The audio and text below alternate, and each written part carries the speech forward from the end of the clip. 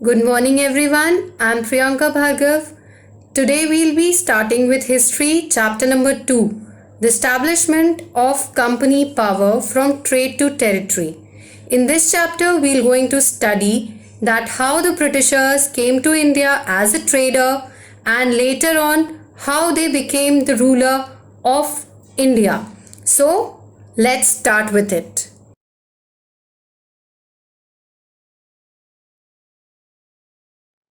How Britishers established power in India. Here are the two pictures. In the first picture, we can see that the Britisher is seeking permission from the Indian ruler for trade. And in the second, the situation is totally opposite. The British man is giving order to the Indian rulers. Aurangzeb. We all know about him very well. He was the powerful Mughal ruler and the last Mughal ruler. And he established the control over a very large part of India. But after his death in 1707, what Mughal governors and the big zamindars, after the death of Aurangzeb, they started fighting among each other to establish their own small kingdoms. They wanted to rule.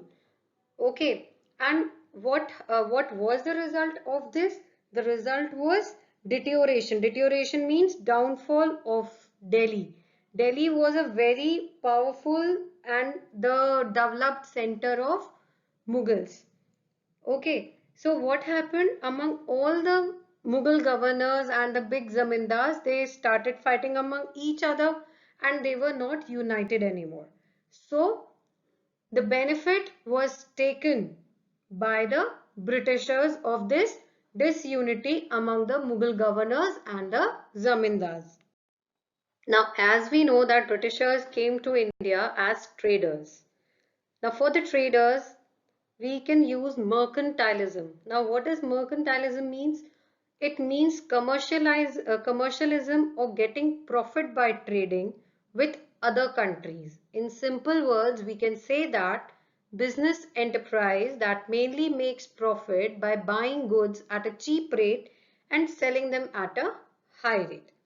Now, what does this mean if we talk about in context with the Britishers or the East India Company?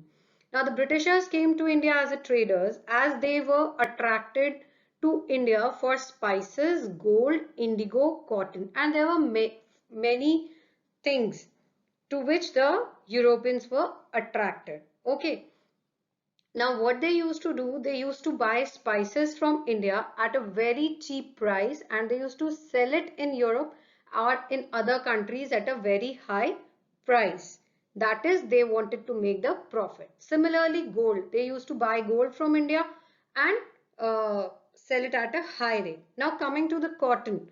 Cotton India में cotton बहुत ज़्यादा grow करता है and they used to buy cotton from India at a very low price and then they uh, sell it in another countries and in Europe also. That cotton was converted into a cloth and again sent back to India and sold as a cotton cloth at a very high price. Indigo. Indigo is a plant and that is used in the color dyeing for a blue color. Okay, indigo is a blue color and is a plant which is used for dyeing of a cloth. So Europeans used to buy all these things at a very low price from India and sell it on a high price even in our country also and in other parts of and in other countries also. A group of English merchants organized a company to trade with the East, and that is East India Company. The English East India Company was granted the right to trade exclusively in the East through the charter issued by Queen Elizabeth on December 31st, 1600, and they were given the monopoly of trade in the East. Now, what is charter? Charter means farman or the order given by Queen Elizabeth. Okay, so she issued a charter that East India Company, the English East India Company, can trade exclusively in the eastern part, and they were given the monopoly. Monopoly means कि उनके अलावा और कोई trade नहीं कर सकता. Okay. Now the Farman was issued and they were given the monopoly also that they can trade in East. But was it easy for the East India Company to trade in India? No, it was not at all easy. Why so? Because there were other traders also. So what did the company do? फिर company ने क्या किया trade करने के लिए in order to safeguard their interest each and every trading company entered into the trade war. अब जो कोई भी इंडिया के साथ ट्रेड करना चाहता था वो ट्रेड वॉर में इन्वॉल्व हो गया. And what they did they started sinking ships of their rivals. Rivals means your opponents, your enemy. They started blocking the routes and fortified their trading post. Fortified means they started building the boundaries or they started doing the construction near their trading post so can another trader cannot enter easily. So who all were their trade rivals? Who were the trade rivals of the East India Company?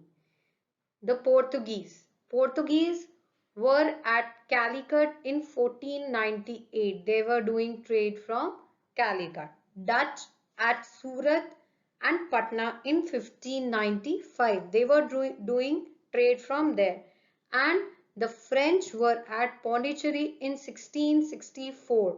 So they were already trading with India in different parts. Okay. Vasco da Gama was a Portuguese and he succeeded in discovering India, that is the trade route, in AD 1498, and he reached Calicut on the western coast of India after covering a long distance around Africa. Now how trade turned into a battle. The English set up their first factory. Here factory means the trading center on the banks of River Hooghly in 1650. Now the company was granted exemption from payment of custom duties in Bengal in return for rupees 3000 a year.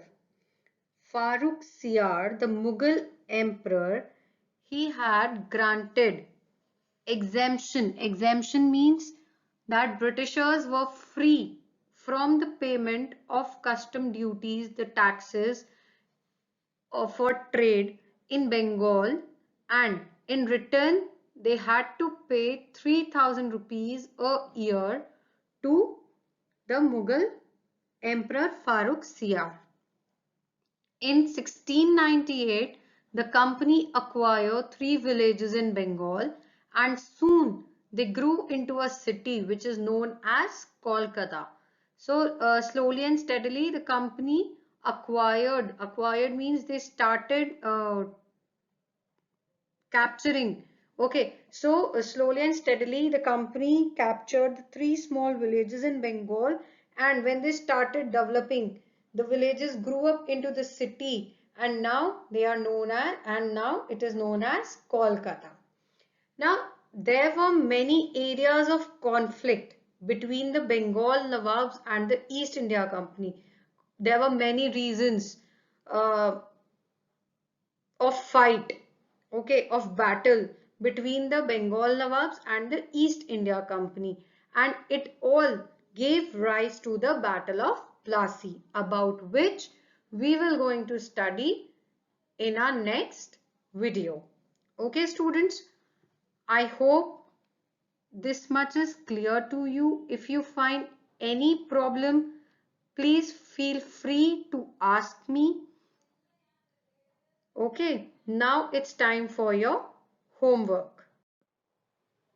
So for your homework, you have to do question number 1 of exercise D. Describe what attracted European trading companies to India. Answer is Indian spices, gold, indigo, and cotton. Along with this, you have to do the key terms of chapter number 2. That's all